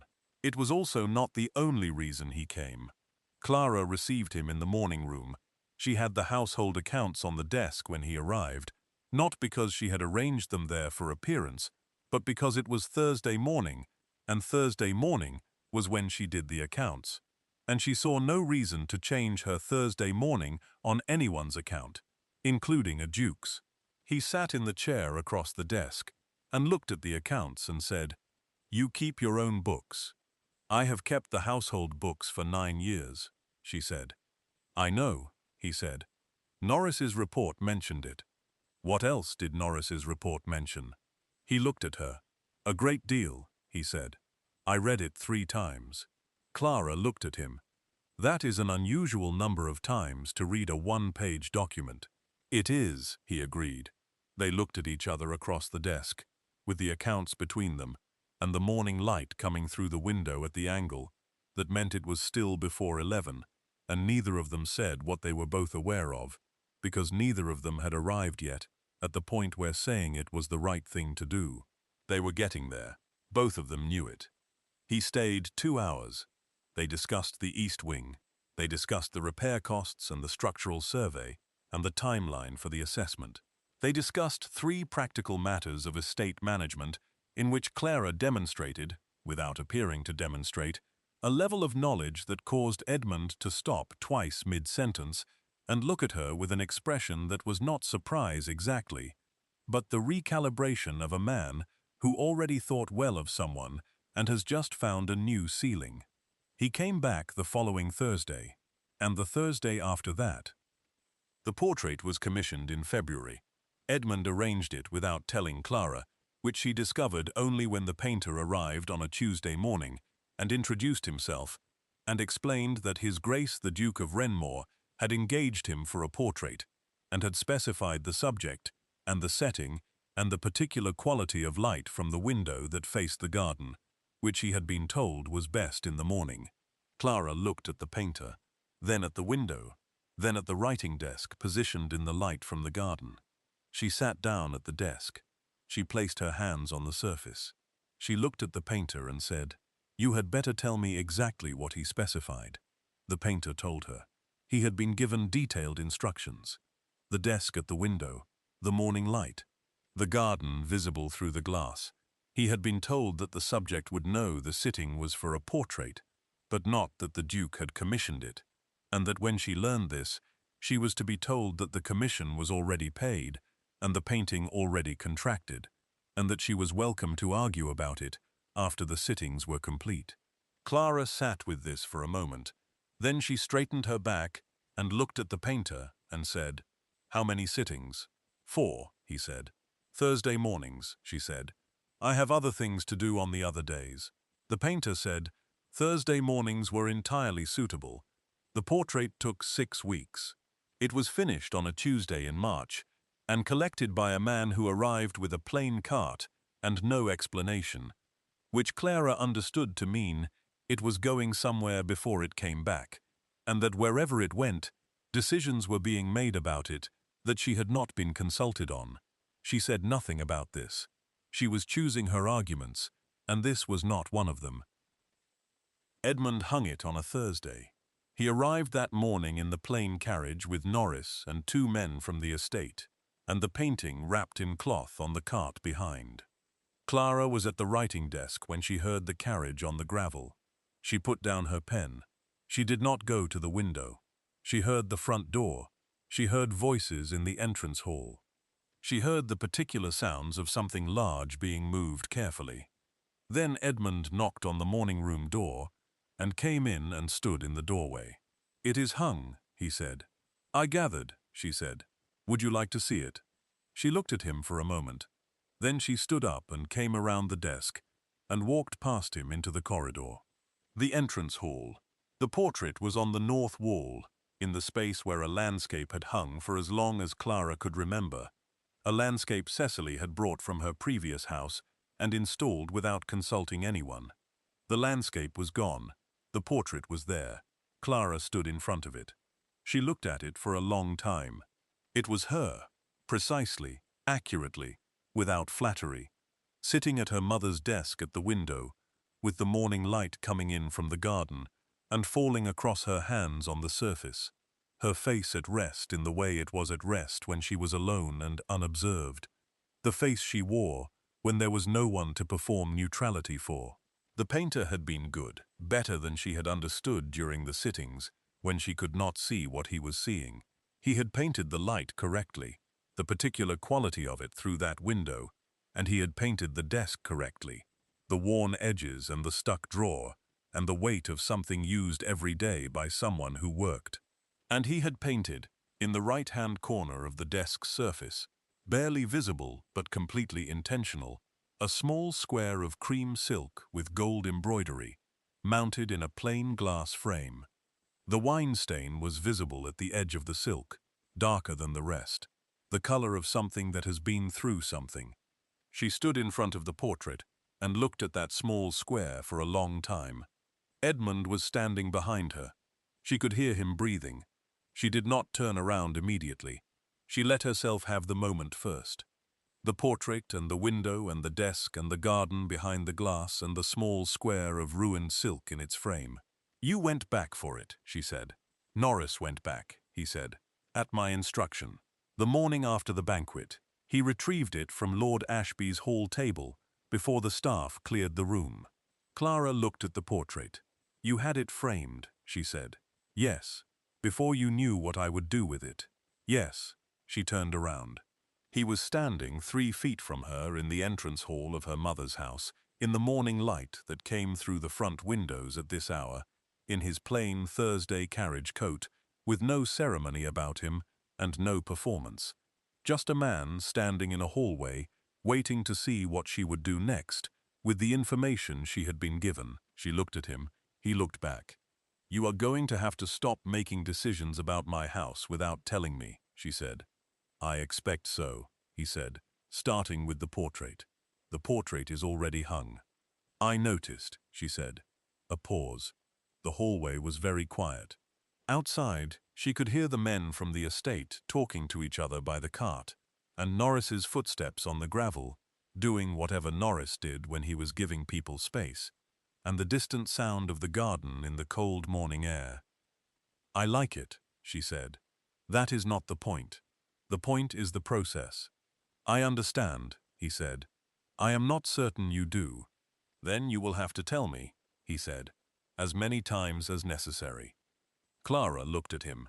She had spent 17 years in a house where no one asked what she thought, and the process by which decisions were made excluded her entirely. She had managed this by becoming indispensable in the execution, while invisible in the planning, which was a kind of power, but not the kind she wanted. This was different. This was something that could be done differently. "All right," she said. Edmund looked at the portrait, then at her. "Will you sit with me for a while?" he said. "In the morning room. There are 3 things about the East Wing assessment I wanted to discuss." "There are always 3 things," she said. "Usually more," he said. "I limit it to 3 for efficiency." Clara looked at him. Something moved through her face that was not neutral, and was not performing, and was not contained. It arrived, and she let it arrive, and it was, for anyone who was watching, completely legible. She turned and walked back toward the morning room. Edmund followed. 6 months after the banquet, the lavender bed near the garden wall was replanted. Clara did it herself, on a Saturday in early spring, when the ground had finally softened enough to work. She spent 4 hours with her hands in the cold earth, dividing and replanting, working from the center outward, the way Mrs. Fenn had taught her to roll pastry in a kitchen 30 years ago. When she was done, the bed was orderly and deliberately planted, and had the specific look of something that intended to last. Edmund arrived in the afternoon, as he had arrived every Thursday for 4 months, and now sometimes on other days as well, with less and less pretense about the East Wing assessment. He stood at the garden wall and looked at the lavender bed, and said nothing for a moment. Then he said, "Your mother grew lavender here." "Yes," Clara said. She was still kneeling at the edge of the bed.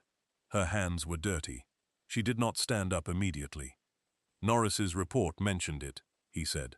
"Of course it did," she said. He looked at the bed, at her hands in the earth. At the house behind her, with the portrait visible through the entrance hall window, the light catching the glass of the small frame in the corner of the painted desk. "Clara," he said. She looked up at him. He said what he had been working toward since February. since the charity reading, since the first time he had looked at a woman standing at the back of a room and found he could not look away. He said it plainly, in the garden, with the cold spring air and the smell of earth around them, and no ceremony to hide behind. She listened. When he was done, she sat back on her heels and looked at the lavender bed, at the new plants in the turned earth, at the wall her mother had stood beside every morning in the years before the illness came. She thought about her mother going toward a room she had not yet seen, wearing a cream and gold gown, toward a man she had not yet met. She thought about the parcel pressed into a 6-year-old's hands. She thought about the word occasion, and what it meant to recognize one, and how long it sometimes took. She looked up at Edmund. "Yes," she said. She said it the same way her mother used to state the things she needed to be true, plainly, without decoration. As a fact, she had already examined from every angle and found solid. He held out his hand. She put her dirty hand in his clean one, and he helped her up from the ground, and neither of them mentioned the dirt. Tell me whether you saw it coming before they did. Drop your city in the comments. I want to know who was there for Clara from the first chapter, in which city, in which hour. She spent 17 years being told she did not matter. Tell her tonight how many of you showed up. The portrait still hangs in the entrance hall. In it, a woman sits at a walnut writing desk at a window that faces a garden. The light comes from the left side, the way it comes in the morning. Her hands rest on the surface of the desk, the way the hands of someone rest when they are entirely at ease, in the place they are sitting.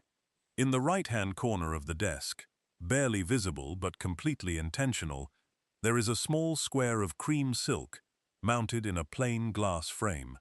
The wine stain is visible at the edge. The gold thread catches the light.